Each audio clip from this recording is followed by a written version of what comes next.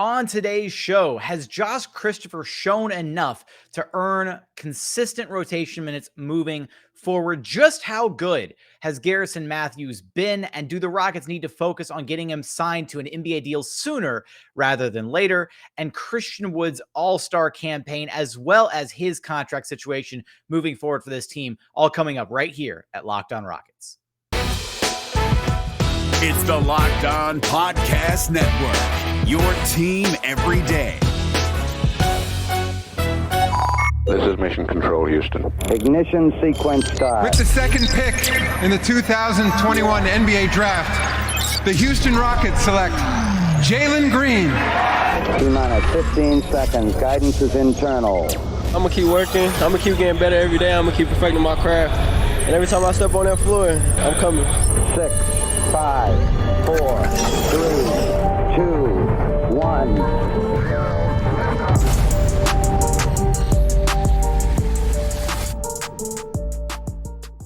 What's up, and welcome to another episode of Locked On Rockets, the best and only daily podcast covering your Houston Rockets. As always, I'm your host, Jackson Gatlin, native Houstonian and co-host of Locked On NBA Thursdays. Be sure to follow along on Twitter at JT Gatlin and the show, of course, at Locked On Rockets. Today's episode is brought to you by TrueBill. TrueBill is the new app that saves you money by helping you identify and stop paying for subscriptions that you don't want or need, and can even negotiate better deals on the ones that you want to keep. Go check out our friends over at TrueBill. I've got a trio of topics that I want to get into on today's episode. The first of which being, has Josh Christopher shown enough to warrant consistent rotation minutes moving forward on this team, and how can he get those minutes, if so, with kind of a loaded roster once everybody's healthy? Just how good has Garrison Mathews been for the Houston Rockets? Some advanced stats to back up how amazing Garrison Mathews has been, as well as his contract situation moving forward and what needs to happen on that front, whether or not the Rockets need to sign him sooner rather than later. And then Christian Wood, is he able to make a push for an all-star team this season? And if he does that change the mentality surrounding him and whether or not he is a long-term fit for this team or somebody that the Rockets should look to leverage at the trade deadline or this upcoming offseason before having to pay him big money? So let's start first with Josh Christopher, obviously coming off the heels of his best NBA game to date, scoring 18 points on 7 of 7 shooting, 4 of 4 from downtown, didn't miss a single shot, was perfect the entire way of the game, had 2 boards, 2 assists, 2 steals, a block, only 1 turnover in 23 minutes of run against his idol in James Harden. It was a really strong showing from Josh Christopher, and he's had some really strong performances down with the G League as well. So he's up with the team currently by necessity. So what happens when Daniel House Jr. is back? What happens when KPJ is back? What happens when Jalen Green is back? Has Josh Christopher shown enough to Steven Silas and company that he can warrant consistent rotation minutes moving forward in this lineup?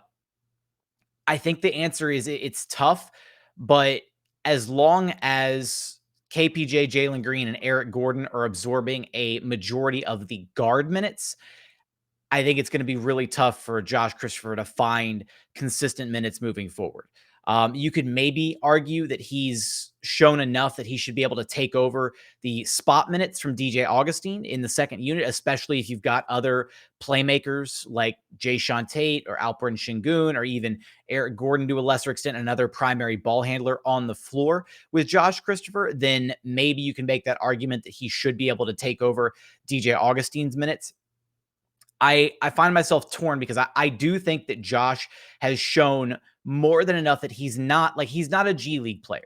And you could even make the same argument for Usman Garuba, that he's not a G League player. Although I do think that for Garuba, he has to work on his offensive repertoire quite a bit more before he's NBA ready. So that said, I think that Josh has completely outplayed the G League level. The only reason he's down there is so that he can get actual adequate basketball reps. And he said that post game after the Nets game, where he was like, yeah, I was in the G League and, they basically just sent me down there so that I could play basketball instead of, sitting on the bench for these games.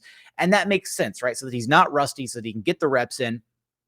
But moving forward, and this will kind of parlay into my segment talking about Garrison Mathews, but I find it almost a necessity that this team has to be able to find minutes for Garrison Mathews and Armani Brooks moving forward. And that basically one of those guys should be on the floor at all times for this team, which is why I was such a big proponent of starting Garrison Mathews. So if that is the case moving forward, to keep that shooting, to keep the spacing, I don't know where you find the minutes for Josh Christopher unless you sit DJ Augustine. Again, Josh has been incredible in the couple games where he's gotten like consistent run, like over 15 minutes. He had the in recent memory, that is, he had the game at OKC, the second of which where there was no KPJ, no Christian Wood, Jae'Sean Tate exploded. In that game, Josh Christopher had a great game as well. He had 10 points in 15 minutes. He had 5 rebounds. He had an assist, just 1 turnover. It was a solid outing. When his number was called, he was ready to deliver. And then again, he had the really, really solid performance against the Brooklyn Nets out of necessity, because the Rockets have so many guys that are currently sidelined due to injury. You've got John Wall, who's just out, KPJ, Jalen Green, Daniel House, and Usman Garuba. That's 5 guys. That is a starting lineup worth of guys that are currently out due to injury. So when his number was called, he delivered in a big way. Again, I think it's unfortunate that I don't think that there's enough roster space right now for him to be able to get to that point, to be able to have consistent minutes. I think things will definitely open up for this team once the trade deadline hits, right? If this team can get a couple guys moved out, maybe, again, finding a new home for Eric Gordon. Josh Christopher can fit that mold almost perfectly. A great two-way guard who's got great driving kickability, who can play both on and off the basketball. It really looks like he has worked tirelessly on that 3-point shot to get it to a place where it's consistent and dependable. Again, it's looked great. It's looked night and day from how it was in summer league. He's really worked on that shot, and I can't wait to see him get the rotation minutes that he deserves moving forward, because he's talented, right? The Rockets, I mean, Alperen Sengun has been, called like the steal of the draft at 16 for the Rockets, but Josh Christopher might actually be another steal of the draft at 24. Like, the Rockets absolutely killed it in this draft. Credit to Rafael Stone for everything he's done. But coming up, I do want to talk about Garrison Mathews a little bit, some of the lineup vision that I briefly hit on there for a moment, how good Garrison Mathews has been for the Houston Rockets team and what they need to do with his contract situation moving forward. And we'll get there after a quick message from our friends over at TrueBill. Because do you know why free trials renew without your consent? It's a business scam out to get you. Don't let greedy corporations pocket your money. Download TrueBill to take control of your subscriptions. Finally, right? TrueBill is the new app that helps you identify and stop paying for subscriptions that you don't want, need, or simply forgot about. I know that that's happened to me more than I'd like to admit. On average, people save up to $720 per year with TrueBill. Because companies make subscriptions hard to cancel, TrueBill makes it incredibly simple. Just link your accounts and TrueBill will cancel your unwanted subscriptions in one tap, one click, one button, one press. It is that easy. Don't fall for any more subscription scams. Start canceling at TrueBill.com/LockedOnNBA. Go right now. That's TrueBill.com/LockedOnNBA. It could save you thousands a year. That's TrueBill.com/LockedOnNBA. And continuing on here at Locked On Rockets, your daily podcast home for everything Houston Rockets basketball. Let's talk a little bit about Garrison Mathews.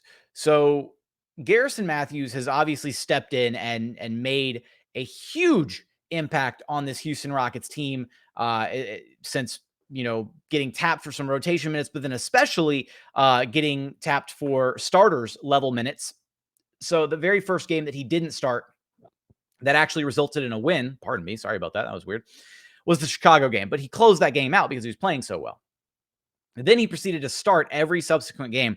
As a starter, Garrison Mathews is averaging 16.8 points per game on an absurd 44% shooting from behind the arc on 9 attempts a game.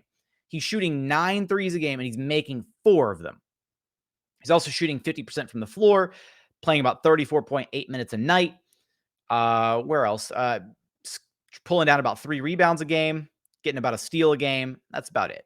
He has been absurd in this stretch. And there's enough historical evidence to warrant the idea that this isn't like a blip. This isn't just, oh, Garrison Mathews is hot for like 10 games and he's going to suddenly fall off the face of the earth and Rockets fans shouldn't think that they, struck gold with him. No, he's been a historically good 3-point shooter. Like if you go back and look at his previous seasons with Washington, he shot 38% from 3 on 3 attempts a game. And then his very first year with Washington shot 41% on 2.5 attempts per game. So he's got enough evidence to show, yeah, this guy's a bona fide shooter. He just hasn't been put in a position to garner this much success yet. And finally, he's in a spot that's utilizing his strengths, that's, putting him on, like, I don't want to say showcasing him, but making him a focal point of what they're trying to do. And so far it's working for the Rockets. They're undefeated since they put him in as a starter. So he's been absolutely sensational, but past just the regular, like traditional, scoring numbers, Garrison Mathews' Raptor rating is through the roof. So Raptor is another advanced stat that floats around. It's by 538.com. And it's basically another version of like a plus minus statistic. So if you're not familiar with Raptor, it basically takes a box score component and then like an on-off component and like compiles it all together. And it's supposed to give you a better, like more accurate representation of like an on-off rating, an on-off rating per 100 possessions. So this is the list of the best overall Raptor ratings in the entire NBA, minimum 300 minutes played. Nikola Jokic is a plus 12.4 on his total Raptor rating. That's his offensive and his defensive Raptor rating. So the the Nuggets are a plus 12.4 points per 100 possessions better with Nikola Jokic on the floor than they are with him off the floor. Second on the list is Gary Payton II from the Warriors, which that name is like very similar to how Garrison Mathews is going to show up on this list in just a moment. And that also has to do with, who he's playing with, the team he's playing on, how well they're playing. Again, it takes in none of these advanced stats are perfect, right? They all have like minor little flaws to them, and you have to take some of them with a grain of salt. But that said, Gary Payton II does impact winning when he's on the floor. He's got a plus 11 total Raptor score. Giannis Antetokounmpo comes in third at a plus 9.6. Steph Curry comes in fourth with a plus 9.5. And then after those four guys is none other than Gary Bird, Gary Legend himself, Garrison Mathews, with a plus 8.1 Raptor rating. That is unbelievable. Like the fact that he is right there in the top 5 guys in his plus Raptor rating, it's ridiculous. His box score Raptor is as such. He's a plus 2.6 offensively and a plus 4.4 defensively for a plus 7 net offensive Raptor score, box Raptor score. So plus 7 points per 100 possessions. And then the on-off Raptor score, he's a plus 11.4 points better offensively when he's on the floor. The Rockets are, that I should say. And then defensively, he's a minus 1.5. So a net or a total plus 9.9 for his on-off Raptor score. And so then they compile all that, and then that gives him his total Raptor score of 8.1. Which is just absurd to think about. The fact that this guy a few weeks ago was in the G League, fighting for, a roster spot on an NBA team somewhere, and now shows up and makes this much of an impact on a Rockets team that desperately needed shooting, desperately needed somebody to finally put the ball in the basket. And he comes in and absolutely starts making a name for himself. So here's the problem, if you will, with Garrison Mathews is he's on a 2-way deal. So currently, if Garrison Mathews plays every single available possible game from here till, the end of the NBA season, the way NBA 2-way contracts work this season is not, previously it's been like a total number of days at the NBA level, right? Which means like, even if you didn't play, it still counted as a day with an NBA team. They restructured that to where 2-way players can be active for 50 games before his contract has to be converted to a regular standard NBA deal. So if the Rockets just want to try to ride out that contract the entire, distance, he has to be converted, they have to clear a roster spot for him by March 6th. So there's a camp of Rockets fans that think they need to like immediately sign Garrison Mathews. And I'm of the opinion that it doesn't have to happen immediately. I'd be hard pressed to imagine that those conversations haven't already taken place with Rafael Stone.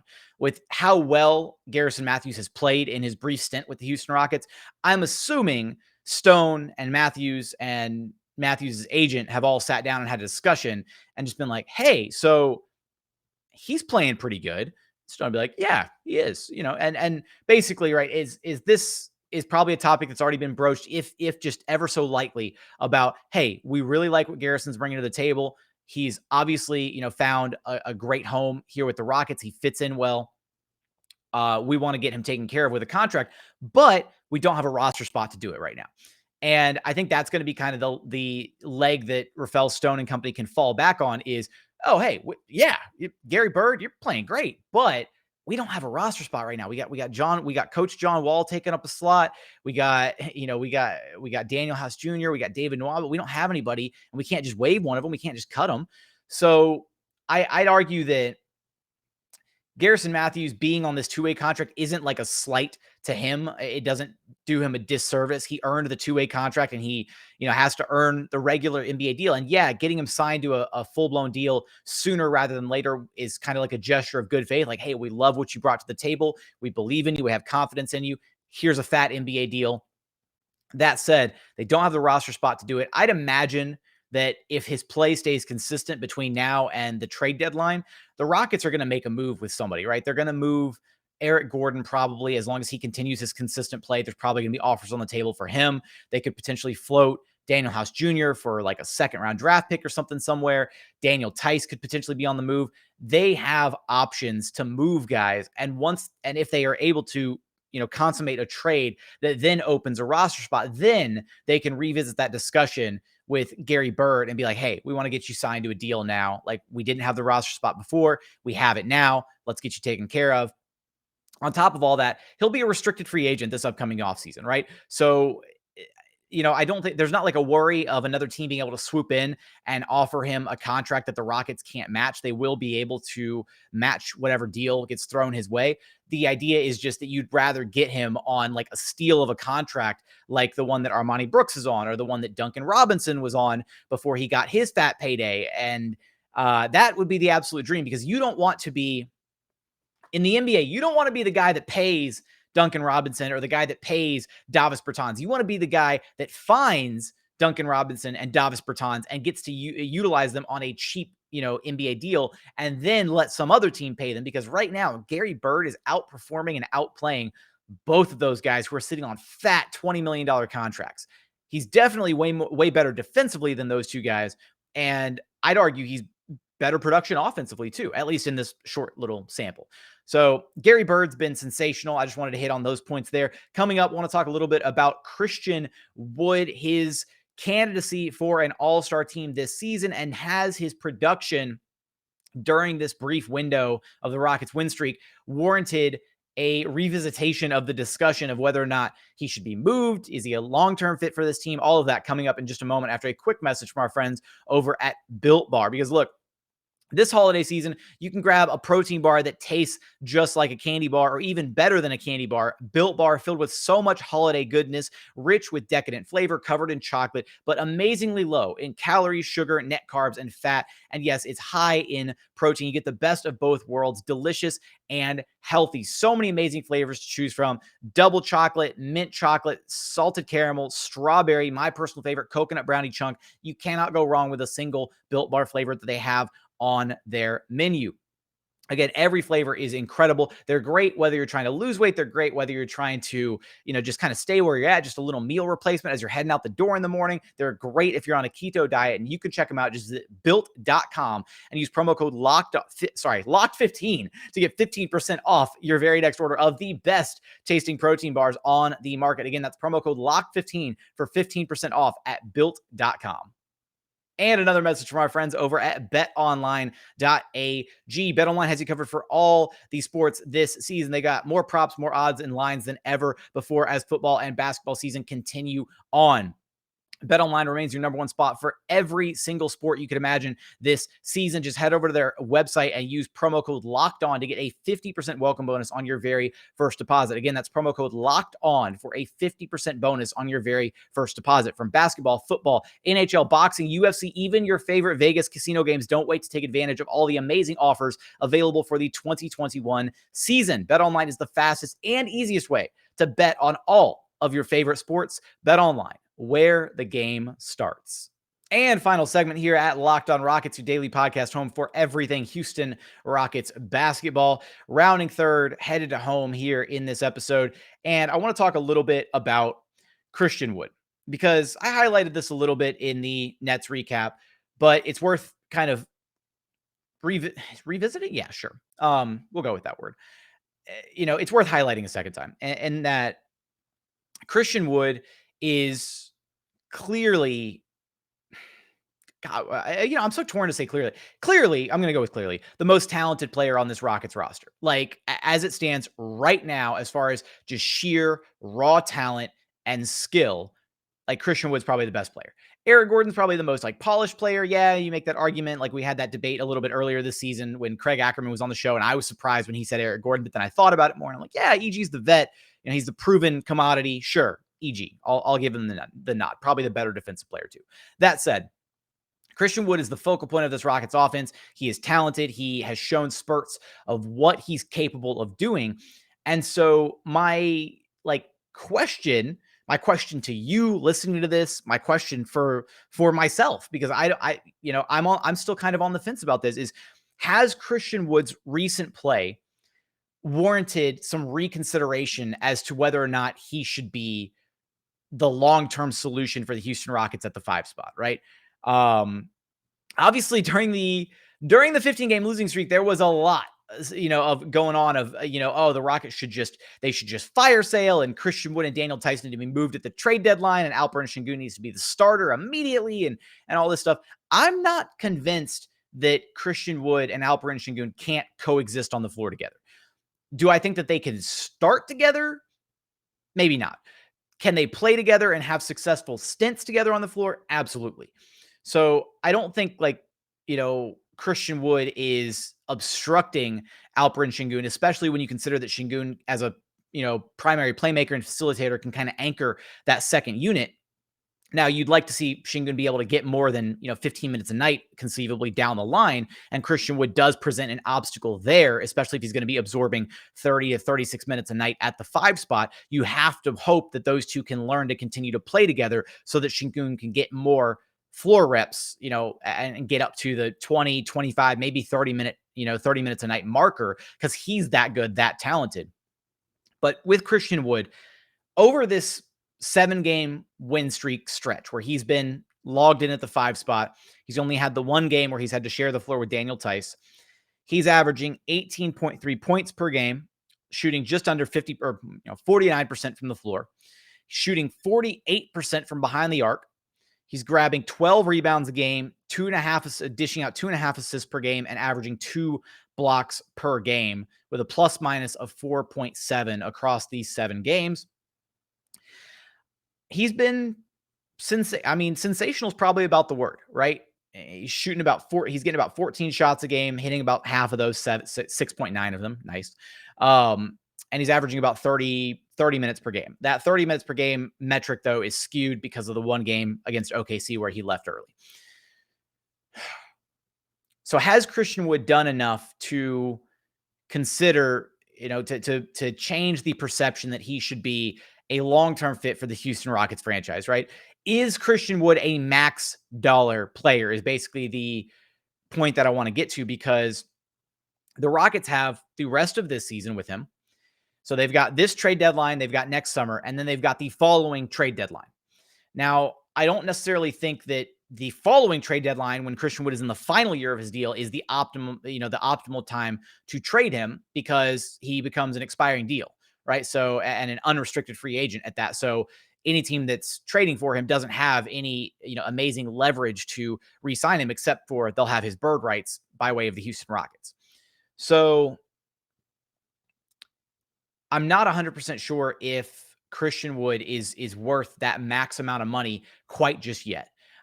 I do think that he has shown enough to potentially be like, the second or third best guy on a potential contender. I think we've seen flashes of that, and we're getting to see a more consistent version of it through this Rockets win streak. And hopefully it's something that he can continue to carry throughout the rest of the season at the 5 spot. But that said, so much of the NBA is about timing and luck and roster construction and all of that. And there's a lot of timing and luck that goes into that.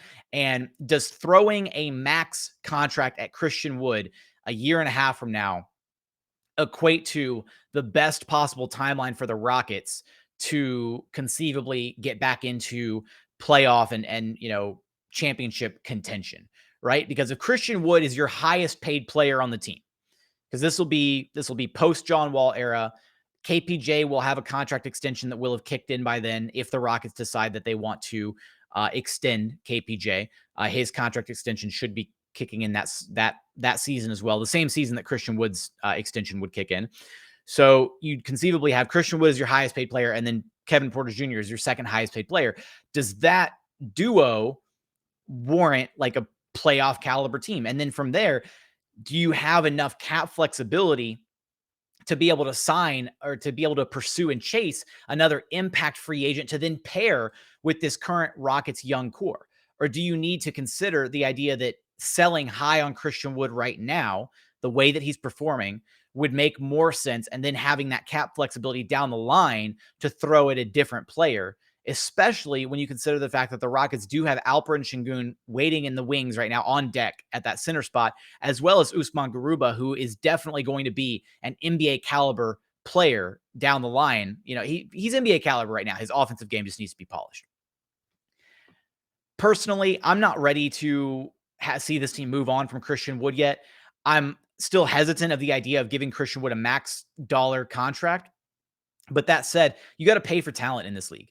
And if Christian Wood continues to play this well, if he continues to put up numbers like this throughout the rest of this Rockets season, if he continues to look comfortable and if he's flourishing at the 5 spot, then I don't see why you can't consider him a long-term part of this Rockets franchise. I've long considered Christian Wood, even at 26, I consider him a part of the Rockets young core, their young rebuild, right? Because even 2-3 years from now, as Christian Wood is, 28, 29, kind of entering, the middle of his prime, right?